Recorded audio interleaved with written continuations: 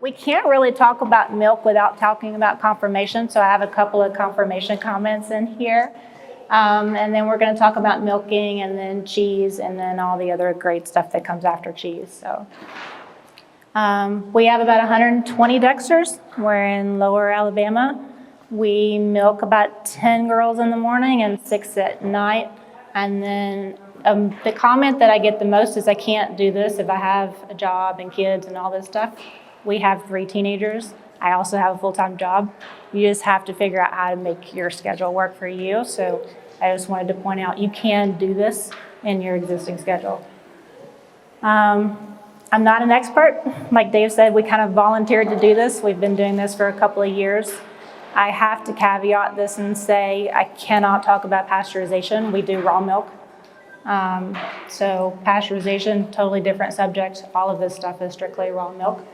A few confirmation comments before we start. Next slide.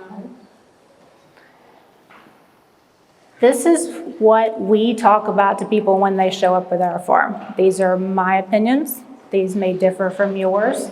I absolutely believe a great bull comes along every once in a while. It is not that bull calf that drops out of every cow that hits the ground. Very few cows are bull mothers. That's the other thing that I wanted to make a comment about. If it is something that you want to keep as a bull, that bull produces 50 calves or however many times you breed it a year. The mom is only producing 1 calf a year. So that's something that you really, really, really want to watch if you're doing a bull. The mom is what you are replicating. So that's why I say every mom is not a bull mom, because the mom is what you are replicating. Make sure that that's the conformation that you want. The other 2 things that we talk about is please don't keep a bull calf from a first-time heifer. You have no idea what her cows are going to look like and what her udder is going to look like in the long term. So we say somewhere between 3 and 4 lactations, you can make that determination. You cannot make it before then. We say 3 or 4 because that's where her udder settles and that's where she peaks in her milk production. The last one on here is your farm name. You have 1 reputation and 1 reputation only. And so putting your farm name on a bull should be the highest thing done at your farm. Udder and teat structure are usually passed from the bull's dam. That's why I said be careful with your mamas. That is what you're passing. You're passing the moms. You're not passing anything other than that mom's conformation. We talked about steering from a heifer. You don't know what she looks like yet. And that 4th lactation. The one thing that we've learned the hard way, we've bought things from people that milk. We've bought things from people who have been breeding for 20 years. And then you end up with a cow who blows her teats out the 3rd year. Do not buy something that you want to milk in the early stages. Make sure that you buy something that is 3 or 4 years down the road and then turn her into a milk cow. So milking,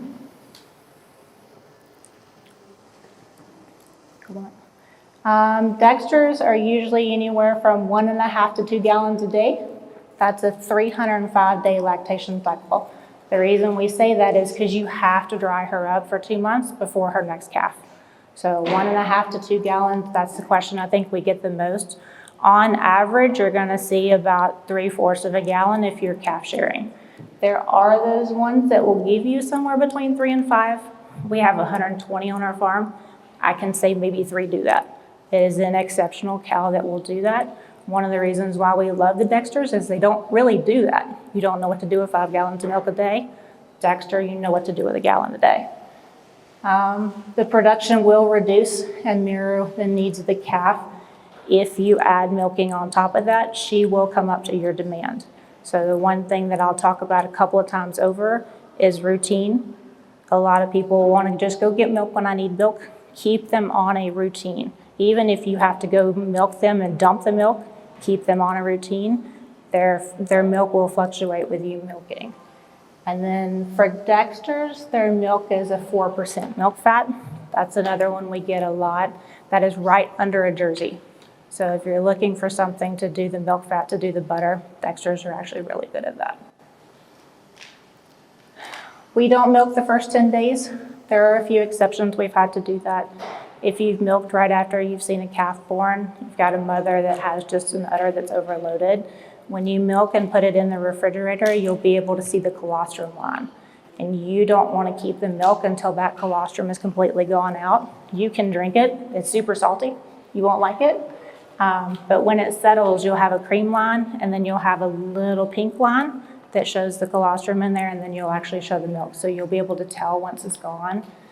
On average, it's usually 10 days. If you need to milk before that colostrum is gone, take that milk and freeze it. You will have a calf that needs colostrum in an emergency. Great way to get it. If you're calf sharing, you milk once a day. We have some that are really good. We milk twice a day and keep the calf up. I think I have a picture on the top.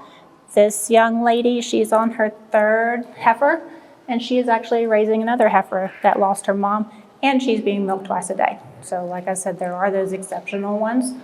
The other picture I put up here is, this goes back to a confirmation thing. If she doesn't keep up with your demand and your demand of the calf, it's called milking her back off. Anybody ever heard that term? So the more you feed her and the more you try to put weight on her after she's had her calf, she will just keep creating milk. She'll never ever put the weight back on her. She is literally taking that food and putting it back into milk. For us, that's not something I want to see. That to me is a call on our farm. We do that because I don't want the cows that need a special treatment. I want them all to keep up on the grass fed and the cup of grain they get while they're milking. So I just wanted to show the difference. I know the light's not the best, but I can show anybody a picture if they want to see it, but they basically go down to nothing. It doesn't matter how much feed you pour on. Milk should be done 12 to 13 hours apart. 13 hours really is pushing it. We say 12 to 13 hours because that gives her the max amount of time to build up the milk. And so make you a routine, do it same time in the morning, same time at night. That's the easy way to get 12 hours in.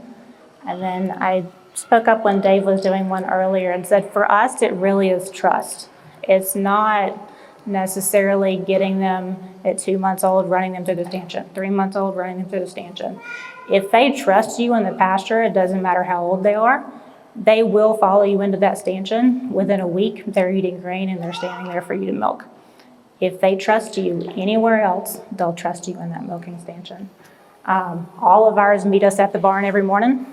We have them on a routine. All 10 will be standing at the barn door. All 10 of them will come in their order, and they'll leave in their order, and they'll do it again at night. So routine, routine, routine, and then go spend some time with them out in the pasture. They'll follow you, trust you. I said usually because every once in a while somebody's paying.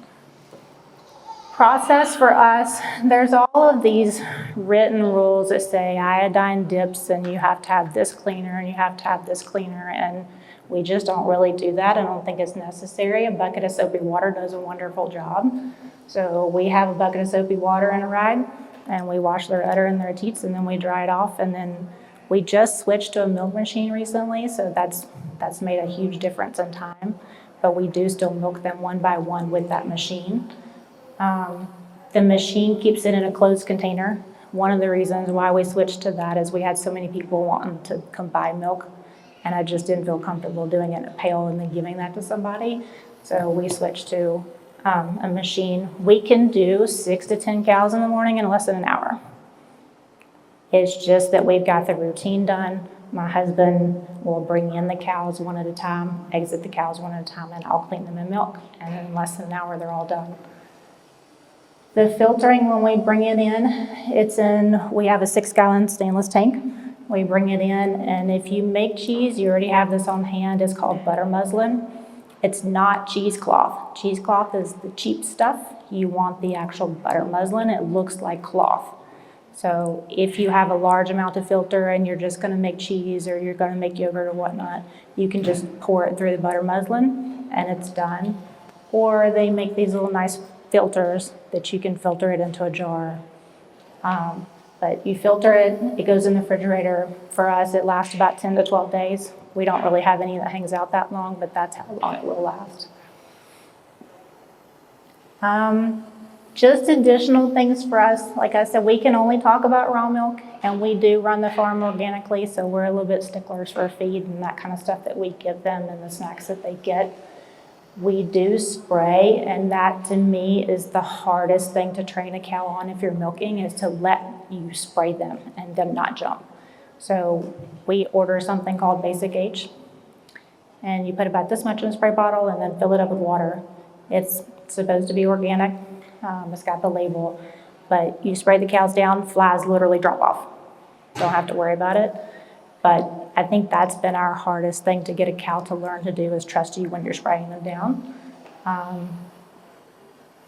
And the other thing that I mentioned earlier today is, I think I was talking to Janice, was her name, earlier, and she was asking me about one of her cows. You don't have to have a perfect cow to milk. We have a handful we would never bring to a show. You would never put on a halter, or you would never sit and pet. You would never sit in the pasture with her. But they love their status as a milk cow. If they know they're coming in there and they're getting a treat, they will stand perfectly still, fine. Like, you can have my milk, but don't touch me. And that's always our thing when we have people come over to the farm. You can't touch that one. You can go in there with her, don't touch her.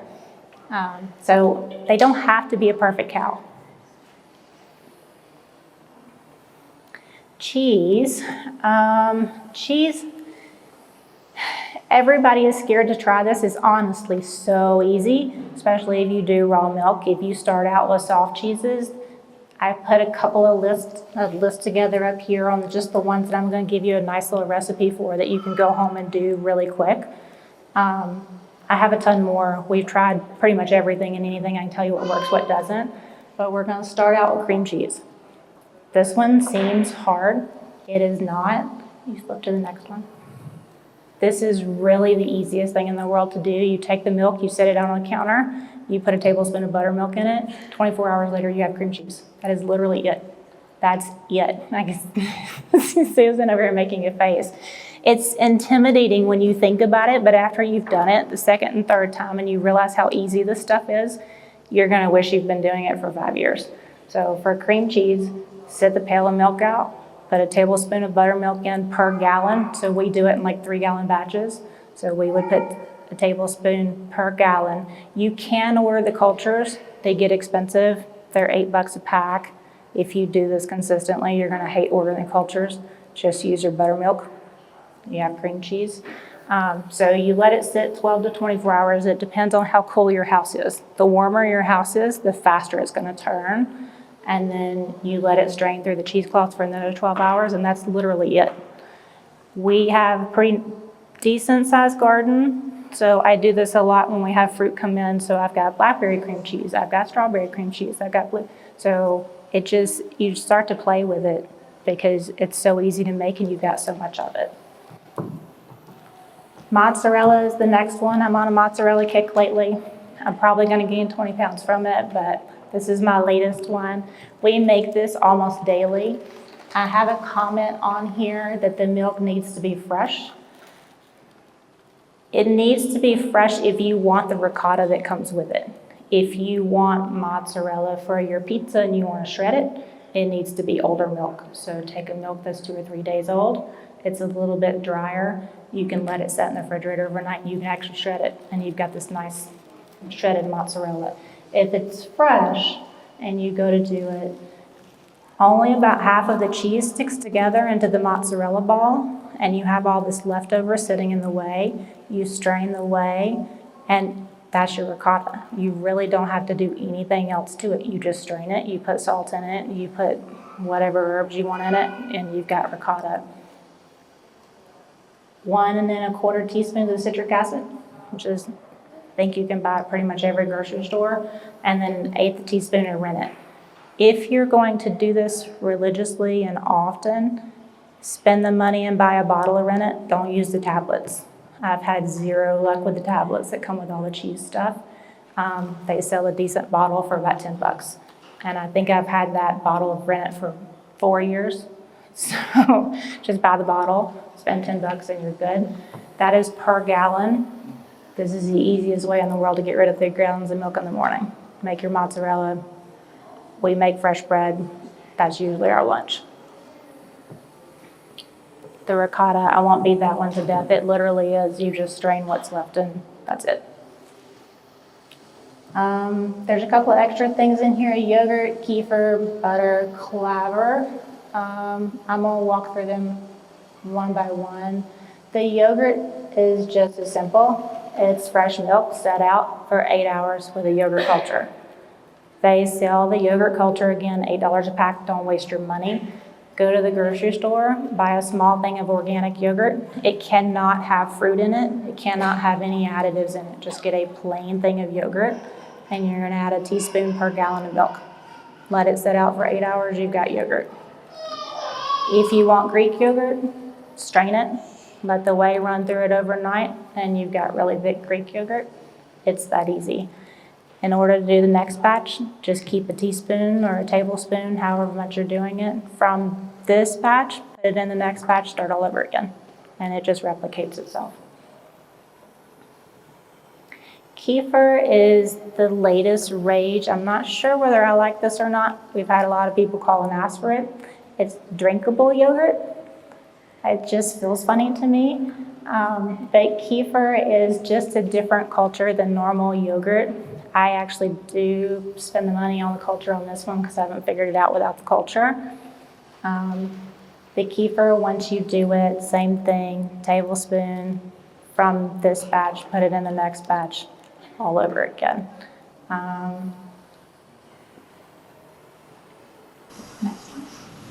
Butter. A lot of people seem to have issues with making butter. The trick on this is it has to be room temperature. Take your cream out of the refrigerator in the morning, let it sit until at night, and then make your butter. If you try to do it cold, you'll forever end up with whipped cream, and all you'll get is whipped cream. So it has to be room temperature. A few minutes in a blender.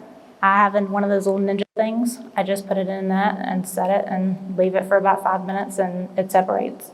And then you take it and pour it through a strainer and you get the butter and you get the buttermilk. When you get the butter, it's very soft. You need to take the butter and put it in a bowl of ice water. Walk away, let it sit. Once it's hard, come back and try to put it in a ball. And we don't really do anything fancy. Everybody puts them in these nice little molds and stuff. The easiest thing to do is put it in a glass bowl and just start mashing it with a spoon. And all of the whey and the extra buttermilk will come out of that, and you'll just end up with a bowl of butter. Clabber. Anybody ever heard of this?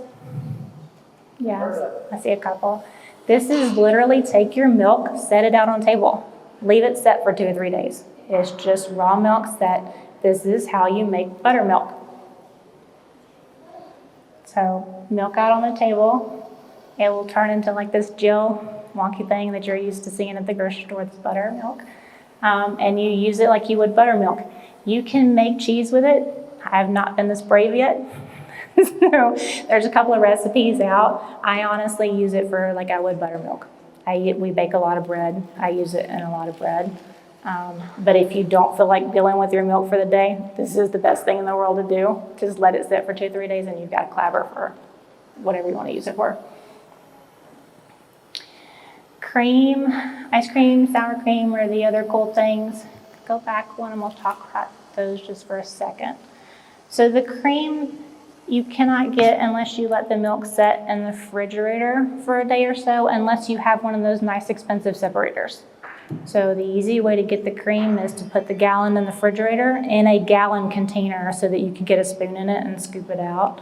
The longer you let it set in the refrigerator, you'll end up with like a clabbered cream sitting on top of it. So the cream gets thicker and thicker and thicker as you let it sit. If you do this in the first day or so, there's actually several layers of cream that starts happening.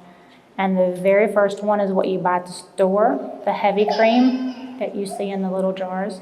That's your top layer. And then your next layer is normal cream. And then that third layer is what we call half and half for our coffee. So Depending on what you want in your cream, that's going to be how long you let it sit before you skim it out. I just do it the next day and we put it in our coffee. Ice cream is usually easy. Take the cream, go make an ice cream with whatever recipe that you've got. The sour cream is going to be another one you make the face at. Sour cream is actually just the cream sat on the counter for 2 days. Take the cream, sit it on the counter. 2 days later, you got sour cream. That's it. If you take the cream directly after the next day, like I said, the longer it sits, the thicker it gets. If you do it within a day or so, it hasn't had a chance to get completely thick and the good stuff come all the way to the top. So you're going to end up with a little bit of water at the bottom of that sour cream when it's sitting. Just take the good sour cream and scoop it off and then pour the water out. And then our diet pretty much revolves around the products from our farm. It's whatever I've made for that day. So I wanted to put like examples of how easy it is to take all this stuff and use it. So we take the buttermilk, we got biscuits for breakfast. You can take the milk and you do the sausage gravy that everybody loves. We take the cream cheese and we make a lot of pound cakes. So pound cakes, milk bread, that's an Amish thing if nobody's ever heard of it, but it's really nice, like a yeast roll type bread. And then I left the rest of the time because I knew everybody would have questions. So I wanted to talk through, give everybody a gist of everything, and then let everybody ask questions. Yes, ma'am. So you got a new milking machine. What do you use? What milking machine do we use? So I was talking to somebody yesterday, I think it was Vicky on this, and I'm like, I wasn't smart enough to call my milk machine people and say, hey, I'm going to tell everybody go use your milking machine. Can you give us samples or something? So I'll do that afterwards. But we use the Ultimate Easy Milker. I don't do plastic, so we spent the money and ordered the stainless. So they have a six gallon stainless tank and then a 2.5 gallon. And then you can actually change out the teat size. It comes with 2. They do a medium and large, I think is what you get. So I was telling Janice earlier that that's the great thing about it is if you've got one that's got the small teats, they have one for the small teats. If you've got one that's got the nice hand ones, they have that too. It's one of the easier ones, and we just bought the second one because I like it so much, so I would go look that one up. Ultimate Easy Milker. I'll write it down for you afterwards. Next question? Yes, sir. How long can you milk a cow until she drops the calf? It depends on the cow, honestly. So if you're talking about keeping a cow in production long after what she should, some cows will do that. Some cows you can keep in milk for 1.5 years, 2 years and not breed her back. Some will naturally dry themselves up. We aim for drying them up 2 months before their next calf. So she needs the 2 months to build the colostrum up for that next calf. If she doesn't get that, your next calf won't make it. So she can be in milk up until the 2 months before that next calf. The production will take off. The production will peak at 3 or 4 months. So that's the other conversation we have with a lot of people that come out is how much milk am I going to get? In the beginning, you're going to get a lot just because she's backstored it for the calf. It'll peak at 3 to 4 months and then it'll slowly start to go down. So whatever you see at 3 or 4 months, that's her peak production, and then it'll norm out. Our normal that we see from them is usually 3/4 of a gallon after they peak and come down. So in the beginning, if you bank on that 2 gallons that you're getting from her, it's not gonna stay 2 gallons, it will go down. The one thing that you can do to bring up their production is give them a dairy feed. We do have a special made dairy feed made up, and ours get a scoop of that when they're milking. When they ran into feed problems and shipping and all that stuff, we were out for about a week. We could definitely see the difference of them going down. So a lot of people want to grass feed and milk. It's hard to keep their condition and have them on a calf and having them milk for you. So we do give them that scoop of dairy feed. So you can bring up her production by giving that. Anybody else have a question?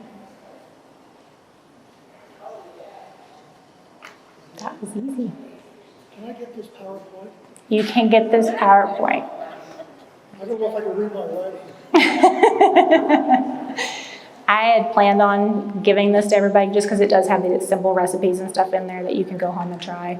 I tried to make them as simple as I could on the slide so you could scribble them down, but we'll get everybody the PowerPoint.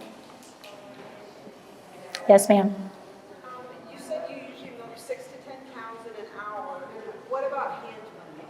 How long is that? We were doing 3 hand milking in an hour. You get a machine, you double that. It goes super quick. The one thing that I will say on this one, the milk machine that we use, so you hook up the machine, and the machine naturally milks the cow for you. It runs with their heartbeat, so you'll see it pulse. Don't try to pull on it because it messes up the pulse on it because it is running with their heartbeat. And if you want the milk to come out the way it's supposed to, just let it do its job. At the end, if that mama does not have a calf on her, you need to do what we call stripping. So she will hold the cream to the very last, and she holds the cream for the calf. So if you're not stripping her out, you're not going to get the cream, you're only going to get milk. And a lot of people get upset because they're like, she doesn't have the cream. Well, she has it, she just kept it from you. And so with the machine, when the machine stops, you just pull down just a little bit and you'll see the cream go in a big flush and then it'll stop. And you have to do that on a calf or on a cow that doesn't have a calf, because if she holds that continuously, she'll get mastitis. The machine that we use is really good for that. You'll hear everybody say that uses that machine, they've never had a cow that's got mastitis because it makes it super easy for them to strip the cows out. So if you're not getting that cream, it's because you're not pulling that last little bit out. Yes, ma'am. So if you're calf sharing and you want to go away, You can do that. I'm here for a week. You can do that. Your production will go down. So because you're not asking that of her, it'll go down. So when you come back, it'll go down, but it'll gradually go back up if you go back. That's just why we say keep them on a routine. It's the easiest way. My youngest is at home milking for us. So he's solely milking because we didn't want their production to go down. So you can leave. leave them on the calf. Do you just do it cold turkey? You can do it cold turkey. Okay, because I was told. She will yell at the barn for a couple days because you're off your routine, and we've had ones do that when we start drying them up. They'll come to the barn and they'll throw a fit because you're not bringing them in, but she will naturally go down on her own. That's one of the other questions that we get a lot is how do I dry one off? You simply stop milking her. That's it. Leave her alone. Don't feel sorry for her. Don't bring her back in and open her teats back up. If you feel sorry for her and start milking her again, you're opening those orifices again, and you run the risk of making her sick. Don't do it. Dry her off. Leave her alone. You had a question? Do you separate the calf, like at night when you're absent, or do you do? It depends on how much exercise you want. So if you want a lot, you can go separate the calf. My husband got super tired of tracking down calves. And so we learned the easiest way to do is lock up the mamas. So leave the calves with the herd. We have a lot of what we call nurse moms. And so we have moms that will let other calves nurse. And so we leave the calves with the herd and we lock the moms up that we're gonna milk. The calves get super hard to separate from their moms. Mom follows a green bucket. She's right in the barn. She's good. So separate moms. They are separate overnight. After we milk, we put them back together. So we milk in the morning for the ones that we're calf sharing. The calf gets the rest of the day. And then we'll lock up at night after we milk the others. Did I hear that right? If you have a nursing cow, Mm-hmm. let her nurse the 2 calves, Mm-hmm. and then Only if she can afford it. If she can, Only if she can afford it. So if you've got one of those that's milking her back off, don't let her pick up another calf. She'll just keep putting out milk and keep feeding that baby, even though that's not good for her. But we have a couple, like the first picture, where I can throw 3 calves on her and she's great. She holds her condition, she just puts out milk. Can you strip the other cow? Mm-hmm. Mm-hmm.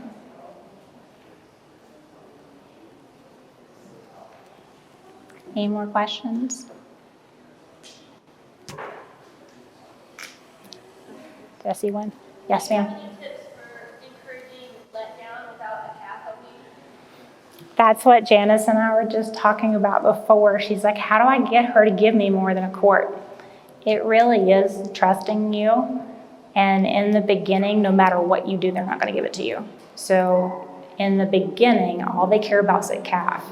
So make sure you give her till the 2 or 3 months. Once it's a routine, she will give you everything. She'll stop holding back for that calf. The one thing that I'll tell you, if you want to try earlier than that, a warm compress, get a really hot rag and rub her udder down. The other thing is when you see a calf nurse, you see them bump. So put the machine on, let the machine do its job, take the machine off, and then bump her udder on each quarter, put the machine back, and you'll see a whole nother set come out. It's the oddest thing to watch if you just milk her again.